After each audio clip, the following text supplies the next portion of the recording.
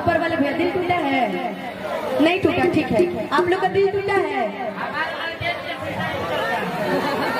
लाटे के शीशा टूटल बा, तो हमरा के दीवार टूट वाला बाबा। बाकी अच्छा एक बात बताइए, ये गाना कितने लोग सुने हैं? कि आइल बानी तोहरा गलिया, अरे किने बारू हमर ललिया, अरे देखो ना यारवा के, अरे मुश्किल भइल बा बढ़ा बेचैनिए दादा, मुश्किल भइल बाजी। पुदीना बोला पुदीना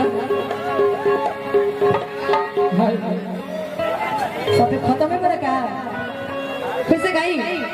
खियाइल बानी तोहरा गलिया, अरे किने बारू हमर ललिया, अरे देखो ना यहरवा के, अरे मुश्किल भइल बा हलिया, अरे बढ़ा बेचैनिए दादा, मुश्किल भइल बाजी।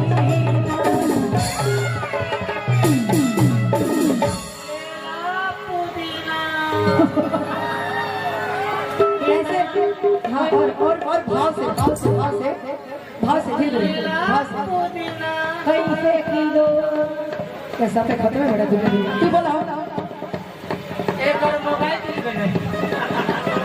ले लो पुदीना, ले लो पुदीना,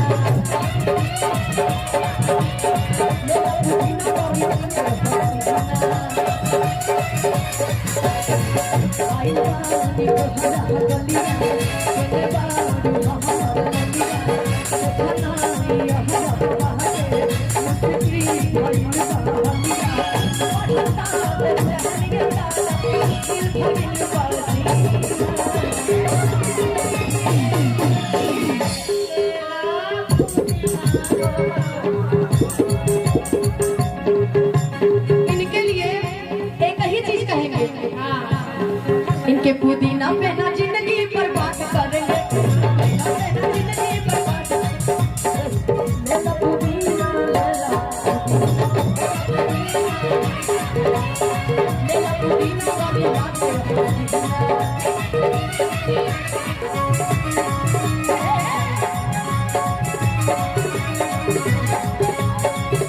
अब समझ लीजिए सामने जो कोट वाले भैया बैठे बरहम बाबा है, अब इनको कैसे मनाई गए हैं कि सोचा तो नहीं बरहम बाबा चाट दे कर आई दर्शन हमारा से हमारा निदान करेगा।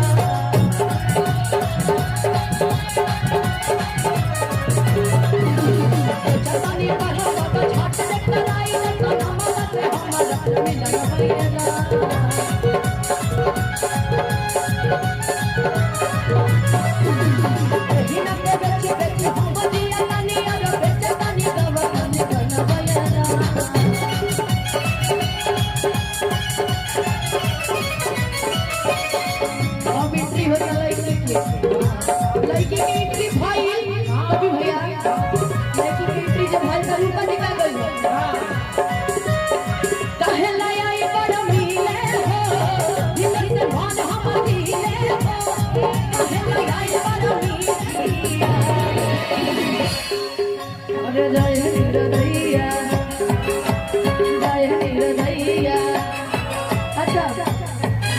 वो लोग गाना के ट्रेंडिंग में पहुंचा दे रहे हैं, ऐसे थोड़ी मजा आएगी।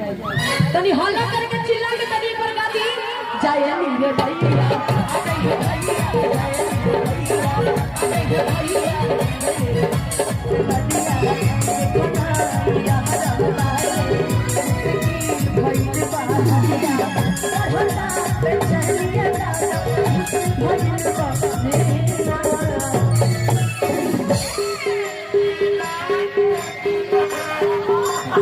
अच्छा जरा आप लोग एक बार पुदीना बोलिए तो ले लो, ऐसा नहीं जैसे बोलता है उसमें कि ले लो पुदीना, तनी बोली नहीं बोले आवाज।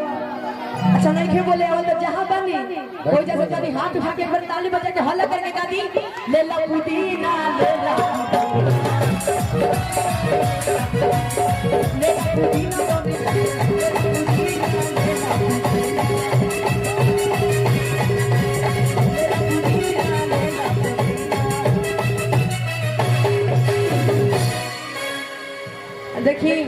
अगर बढ़िया लगल तो चाहे बटन में ताली बजा दी वाला करके वाह हमनी के इहे पावे आवे नहीं कि रघु लोग इतना प्यार बरसे इतना प्यार दी फिर से एगो गाना के ट्रेंडिंग में ला दी हां कि ताहर नहीं हर के बेड कमजोर बड़ुए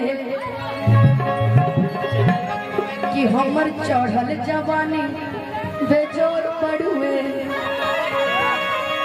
अरे हटा होने हटा जानी सटा हमरे फिरिया अरे हटा जानी सटे दोनों फिरिया अब बाकी कल्लू भैया के बहुत सुंदर एगो गीत रहे झिझिरिया छोड़ी के बिहान चली जाई बाबा बता खेली के जाई हाजी